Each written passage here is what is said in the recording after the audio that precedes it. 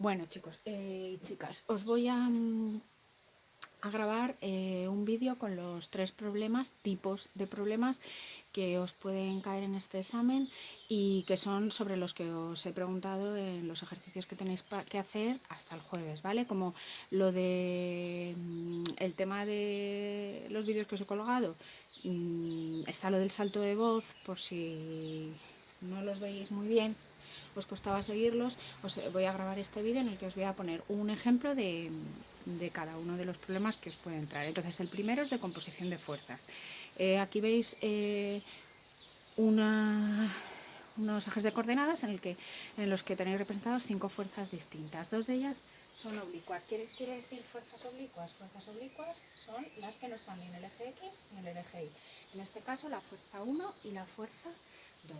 ¿Qué tenemos que hacer? Entonces, primer paso de todos, primer paso es descomponer las fuerzas oblicuas en su coordenada X y su coordenada Y.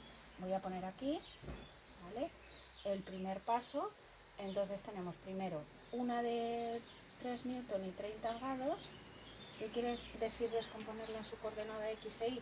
Pues es la proyección sobre el eje X. Esta va a ser la F2X y su proyección sobre el eje Y. Esta va a ser la F2Y, ¿vale? Lo mismo ocurriría con la de 8 newton. Nosotros tenemos aquí, nos han dicho una de 8 newton, una oblicua de 8 newton. Su proyección en el eje X sería la F1X y su proyección en el eje Y sería la F1Y. ¿De acuerdo? O sea, tenemos que hallar la F1Y, la F1X y de la F2 lo mismo, la F2Y y la F2X. ¿Cómo se halla eso gráficamente? Sería así, proyectarlo sobre los ejes. ¿Y cómo se haría con números, ¿vale? Numéricamente, pues para la de 3 newton, ¿vale? ¿Cómo hallaríamos F? La hemos llamado 2 a esta, pues F2X e Y. Pues como os ponía en los apuntes, es F2, la componente X, como está en el lado contiguo al ángulo, es por el contiguo coseno, coseno de alfa, ¿vale? Y aquí F2 por seno de alfa, porque es el lado, la FI es el lado opuesto, entonces siempre lo hallamos así. En este caso F2 es 3, el coseno de el ángulo 30 grados.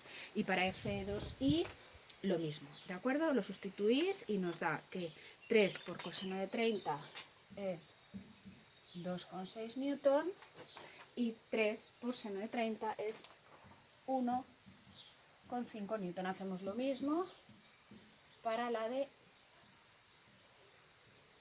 8 newton, ¿de acuerdo? Entonces, para la de 8 newton lo mismo, le hemos llamado F1, pues F1X y F1Y. Y sería F1 por coseno de alfa y F1 por seno de alfa, lo que es igual 8 por coseno de 120 y 8 por seno de 120, ¿vale? Entonces, en este caso, ¿qué nos daría? Pues nos daría la primera, fijaros, lo pongo aquí, nos daría que F1X es menos 4 newton. Fijaros por qué, porque nos da en el lado negativo del eje X y F1Y nos daría, tengo aquí calculado, 7 newton. ¿Por qué? Porque está en el lado positivo del eje Y. Esto lo metéis en la calculadora y directamente os da menos y os da más, ¿de acuerdo? Entonces aquí ya tenemos calculadas las componentes X e Y de las coordenadas oblicuas, ¿de acuerdo? Entonces ahora vamos a representar, segundo paso, ya tenemos las oblicuas descompuestas en sus coordenadas X e Y. Pues vamos a representar todas las fuerzas ya en X y en Y. Vamos a representar primero las oblicuas. Entonces en las oblicuas tenemos en el X 2,6, voy a poner en rojo las oblicuas, en el eje X 2,6 6. Y en el eje X, menos 4, o sea que aquí, ¿vale? Pues menos 4 porque ya lo hemos representado en el eje negativo. Y ahora, en las Y tenemos 7, ¿vale? Lo voy a hacer un poquito más grande. En las Y tenemos 7. En las Y aquí tenemos 1,5. ¿Vale? ¿Qué más cosas tenemos? Estos eran las oblicuas. Vamos ahora a las que ya teníamos en los ejes X e Y. Tenemos aquí 7 newton. Estoy poniendo en negro las que ya estaban en los ejes X e Y y en rojo las que hemos sacado de descomponer. Y entonces aquí tendríamos 3 y aquí tendríamos 5 newton. ¿De acuerdo? Estas son todas las que vamos a tener. Entonces, una vez que tenemos todas estas, pues vamos a sumar las que están en X y las fuerzas que están en Y. ¿Cuál tenemos en X? Pues en el eje positivo 7 más 2,6 y en el eje negativo menos 3 menos 4. ¿Qué tenemos en el eje Y? En el eje positivo 7 más 1,5 y en el eje negativo 5. ¿De acuerdo? ¿Cuánto me da eso? Si sumo eso me da 2,6 arriba y 3,5 abajo. ¿De acuerdo? Esas serían ya las componentes X e Y totales. Y ahora, ¿qué tendríamos que hacer? Pues tercer paso y último, ¿vale? Siempre estoy representando abajo y calculando aquí al lado. Entonces, ¿qué tenemos? 2,6 en el eje X y 3,5 en el eje Y. ¿Vale? Entonces, gráficamente, ¿qué hacemos para resolver esto? Simplemente hallar el paralelogramo, ¿de acuerdo? Y la diagonal es la resultante total. Gráficamente estaría así. ¿Cómo lo hacemos numéricamente? Pues ya siempre que tengamos dos fuerzas perpendiculares, acordados que lo hacíamos por Pitágoras, será la componente X al cuadrado y la componente Y al cuadrado. Luego esto, 2,6 al cuadrado más 3,5 al cuadrado, me da una resultante total de 4,4.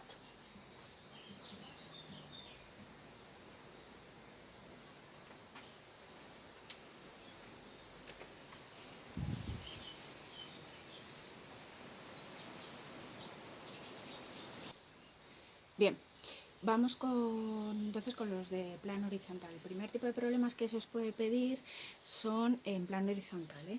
Los que, por ejemplo, este ejemplo en el que yo tiro de un cuerpo con una fuerza de 57 newton, veis que os he representado ahí como una manita, ¿no? Que está tirando de este cuerpo. La masa del cuerpo son 2 kilos y el coeficiente de rozamiento 0,4. El coeficiente de rozamiento, en la teoría ya os dije que es como una magnitud propia de cada superficie y que mide un poco la dificultad que tenemos a la hora de arrastrar el cuerpo por esa superficie. Por ejemplo, el coeficiente de rozamiento, os decía, de una lija va a ser mayor porque es más difícil arrastrar algo por un papel de lija que el coeficiente de rozamiento, por ejemplo, del hielo, sobre el cual es más fácil desplazarnos. Es decir, cada superficie tiene su coeficiente de rozamiento, en este caso es 0,4, no tiene unidades y será mayor cuanto más dificultad presente la superficie a que nos desplacemos sobre ella, ¿no? Entonces estamos tirando. Fórmulas que voy a usar siempre. La segunda ley de Newton, que es que la sumatoria de fuerzas, es decir, todas las fuerzas que actúen sobre el cuerpo, va a ser igual a la masa por la aceleración. Entonces, lo primero que tengo que hacer siempre es hallar todas las fuerzas que están actuando sobre el cuerpo. Para ello, entonces, ¿qué hago? Pues represento en primer lugar todas las fuerzas. Yo tengo el cuerpo. ¿Cuál es la primera fuerza que actúa? Pues el peso del cuerpo, que siempre es m por g. ¿Cuál es otra fuerza que actúa? Pues obviamente la superficie que sujeta ese cuerpo. Si no, este cuerpo, si no hubiera algo sujetándolo, se iría hacia abajo, pero no se va porque la superficie lo está sujetando y esta fuerza se le llama fuerza normal, ¿vale? Luego, en este caso, por ejemplo, tenemos una fuerza que tira de él, ¿vale? Podría ser que no hubiera esta fuerza, que es el tipo 2, que es el que os voy a plantear luego. Y luego está la fuerza de rozamiento, es decir, la superficie que hace que nos vayamos frenando un poquito. Estas son las fuerzas que actúan. Este es un ejemplo muy típico de plano horizontal. Entonces, vamos a ver cómo se hace. En primer lugar, tenemos que ver qué fuerzas, como vimos en el ejemplo anterior, pues primero para sumar fuerzas que están en varias direcciones, en distintas direcciones, ver cuáles están en el eje X y cuáles están en el eje Y. ¿Vale? Entonces, vamos a ver cuáles están en el eje Y. La normal y el peso. ¿Vale? Entonces, la normal y el peso, ¿qué ocurre? Nos dice que se está moviendo en esta dirección, no hay ningún movimiento en esa dirección, es decir, que no hay ninguna fuerza neta actuando en el eje Y. O sea, las fuerzas en el eje Y sería la normal hacia arriba menos el peso hacia abajo. Pero como nos dicen que solo está deslizando, mirad cuando dice que solo está deslizando y todos los problemas nos dicen eso, los que vamos a hacer nosotros ahora en cuarto, como está deslizando, no hay fuerzas en el eje Y, no va dando saltos la caja. Luego la normal menos el peso se supone que se compensa una con otra, entonces la normal menos el peso es cero. No hay fuerzas en Y que haga que el cuerpo vaya dando saltos, solo está moviéndose en el eje X, ¿vale? Entonces esto siempre va a ser así en nuestros problemas. La normal menos el peso, es decir, las fuerzas en Y son cero porque no hay movimiento en el eje Y. Vamos con el eje X. En el eje X, ¿qué ocurre? Bueno, en el eje X sí que hay movimiento. ¿Cuáles son las fuerzas que actúan en el eje X? Estaría F1 que tira hacia delante, siempre el sentido del movimiento es el positivo, y la fuerza de rozamiento que tira hacia atrás. ¿De acuerdo? Entonces, esas van a ser las fuerzas totales que van a actuar. ¿Vale? ¿De acuerdo? La F1 menos la fuerza de rozamiento. Entonces, la F1 yo sé que es 57 newton, ¿vale? Me lo dan.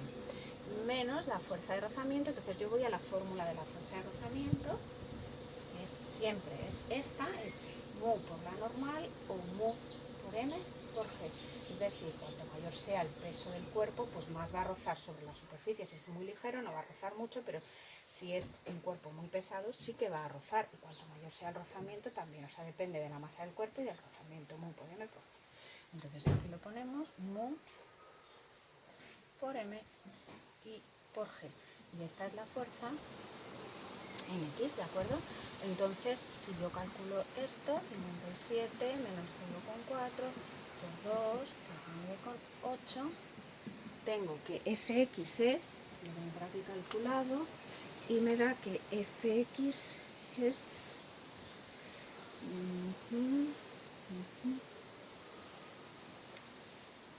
Vale, lo he dejado así indicado, luego os lo calculo. Vamos a dejarlo así indicado. Pues no tengo aquí la calculadora, como luego lo vamos a tener que despejar, ¿vale? Lo dejo así indicado. Esa operación, hacemos esa operación y tenemos Fx. Bien, ahora ¿qué ocurre? Que nosotros tenemos tanto la X como la Y es cero, ¿de acuerdo? Entonces, ¿cuál va a ser la fuerza total? Siguiente paso, ¿vale? Este sería el primer paso y segundo paso. ¿Cuál es la fuerza total? Pues la fuerza total siempre va a ser fx al cuadrado más fi al cuadrado. Una vez que haya y y x, la fuerza total siempre es, pues, por Pitágoras, la componente x al cuadrado y la componente y, pero es que la y siempre en estos casos va a ser 0. Luego, cuadrado y cuadrado se me van, raíz, luego la fuerza total va a ser solo las x, ¿de acuerdo? Cuando solo hay una componente, la fuerza total son las x. Y entonces, nosotros aplicando la segunda ley de Newton podemos igualar la fuerza total, que en este caso son las x, es decir, esto, igualamos fuerza total igual a masa por aceleración. ¿Cuál es la fuerza total hemos dicho? Esta que hemos dejado aquí indicada porque no tenemos aquí la calculadora, ¿vale? La masa, 2 kilos. La aceleración, ¿qué es lo que nos piden? Pues ahora ya sí la podemos despejar.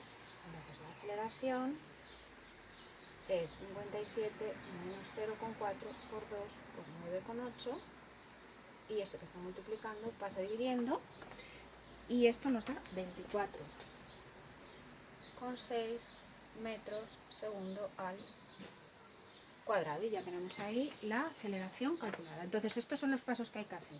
Primero represento las fuerzas. En Y estas fuerzas siempre van a ser 0 porque solo deslizan el eje X. En el eje X siempre van a ser las que van hacia adelante menos las que van hacia atrás. Es decir, si yo tiro con una fuerza menos la fuerza de rozamiento. La fuerza con la que tiro y la de rozamiento siempre es mu por M y por G. ¿De acuerdo? Hago esta operación, lo que me dé. Entonces, lo que me dé en esta operación ya sí que lo puedo igualar porque es la fuerza total, la masa por aceleración, 2 por A. Y de aquí saco la A despejando. ¿De acuerdo? Bien, y ahora por último, sí que os pueden pedir algún apartado dentro de este mismo problema, seguimos con el mismo problema, referente a cinemática, ¿vale? Entonces, por ello siempre tenemos que tener a mano las fórmulas de cinemática, ¿de acuerdo? Para ver cuál tenemos que aplicar. Ahora tenemos ya la aceleración, la hemos hallado en el apartado anterior y decimos cuánto espacio recorre cuando el tiempo son 3 segundos si parte del reposo. Entonces hay otro dato también que tenemos que es la velocidad. Si parte del reposo, lo inicial es C, ¿de acuerdo? Entonces ahora nos dice cuánto espacio recorre. Bien, tenemos el tiempo y nos piden el espacio. Lógicamente vamos a usar la tercera. Entonces, yo, ¿vale? Espacio inicial, como no me dicen nada, 0. Velocidad inicial, pues también 0 por t, pues 0. Un medio va acelerando, le pongo positivo este término, de la aceleración por el tiempo, que son 3 al cuadrado, ¿de acuerdo? Y de aquí saco el espacio, que en teoría me da 110,7 metros.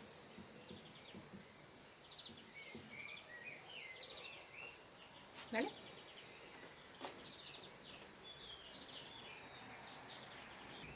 Bien, y aquí el segundo problema que os puedo poner, segundo tipo de problemas que se pueden poner, por ejemplo, en plano horizontal, nos dicen que lanzamos este objeto, o sea, lo lanzamos, quiere decir que le damos un empujón, pero no seguimos ejerciendo fuerza sobre él, ¿de acuerdo?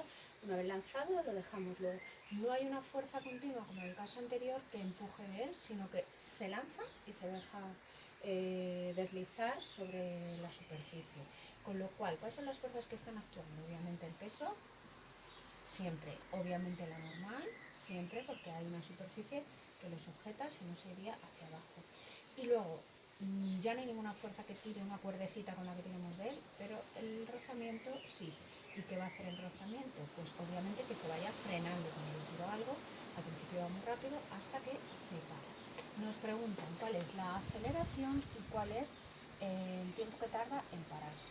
Fórmulas que tenemos que utilizar, las fórmulas de dinámica, que saber que la fuerza total siempre es la masa por la aceleración, y la fuerza de rozamiento, mu por la normal, es decir, mu por m por g. ¿Por qué? Porque depende del coeficiente de rozamiento, es decir, de la superficie, de la masa o el peso del cuerpo. Cuanto mayor sea, pues más va a rozar. Y fórmulas de cinemática, pues las tres que sabemos, para las preguntas que nos puedan hacer de tipo cinemática. ¿De acuerdo? Con lo cual, el primer paso ya está hecho, sería dibujar las fuerzas. Entonces, vamos a ir con el primer apartado. Una vez dibujadas las fuerzas, analizar lo que ocurre en el eje Y y en el eje X. Bien, en el eje Y, ¿qué es lo que ocurre? Pues que tenemos la normal hacia arriba menos el peso hacia abajo. ¿Y qué ocurre? ¿Se está moviendo en el eje Y de alguna manera? No, entonces es que estas están compensadas. Yo os dije que siempre pasaba esto. Las fuerzas en Y en este tipo de problema, como no hay movimiento de la caja, no va dando saltos, solo se desliza así, quiere decir que es que no hay fuerzas en Y. Luego esas dos es porque se anulan. Y ahora, ¿cuáles serían en el eje X las fuerzas? Pues ¿cuál es la única fuerza que actúa en el eje X? La FR, pero mirad lo que ocurre. ¿En qué sentido va? Es decir, va hacia, tirando del objeto en el sentido contrario al movimiento. Está en la parte, por así decirlo, negativa de las X, y con una serie de coordenadas, esto sería lo negativo, lo ponemos como menos FR. Y esto es igual a mu por n, o lo que es igual, mu por m por g. Si sustituimos todos los datos que tenemos, es decir, 0,2, el peso de la masa del cuerpo 1,5 y 9,8, ¿de acuerdo? Todo eso nos daría que la fuerza de rozamiento son 2,94, ¿de acuerdo? Entonces, aquí la fuerza de rozamiento, si queréis, menos 2,94 para indicar que va en sentido contrario al eje de las X. Y entonces ya tenemos la fuerza de rozamiento hallada. Entonces ahora, ¿qué es lo siguiente que podemos hacer? Como estas no influyen, estas no se tienen en cuenta, ¿cuál es la fuerza total que actúa? Como no hay ninguna que vaya en el sentido de movimiento, sino solo una en el sentido contrario, pues esa es la fuerza total. Entonces, en este caso, la fuerza total o la única fuerza que existe es la fuerza de rozamiento, ¿de acuerdo? Entonces vamos a igualar, como siempre hacemos, fuerza total igual a masa por aceleración. Hemos dicho que la fuerza total es menos 2,94, la masa del cuerpo 1,5 y la aceleración no la sé. Luego vamos a despejar la aceleración y si os dais cuenta, la aceleración es menos 2,94 entre 1,5, lo que nos da una aceleración de menos 1,96. ¿Menos por qué? Pues porque va frenando. ¿De acuerdo? Como va frenando, pues entonces nos da una aceleración negativa. Vale, y ahora solo nos quedaría hallar el apartado B. Como siempre en estos pues hay un apartado más de dinámica, que tenemos que usar estas dos formulitas, y luego hay otro apartado más de cinemática en la que tenemos que usar, como siempre, las fórmulas de cinemática. En este caso nos piden el tiempo en parar. Obviamente donde hay tiempo es en la primera y en la tercera. Según los datos que tenemos, que es cuál es la más fácil de usar o cuál es la que podemos usar, pues la primera, ¿vale? Entonces, con esta fórmula,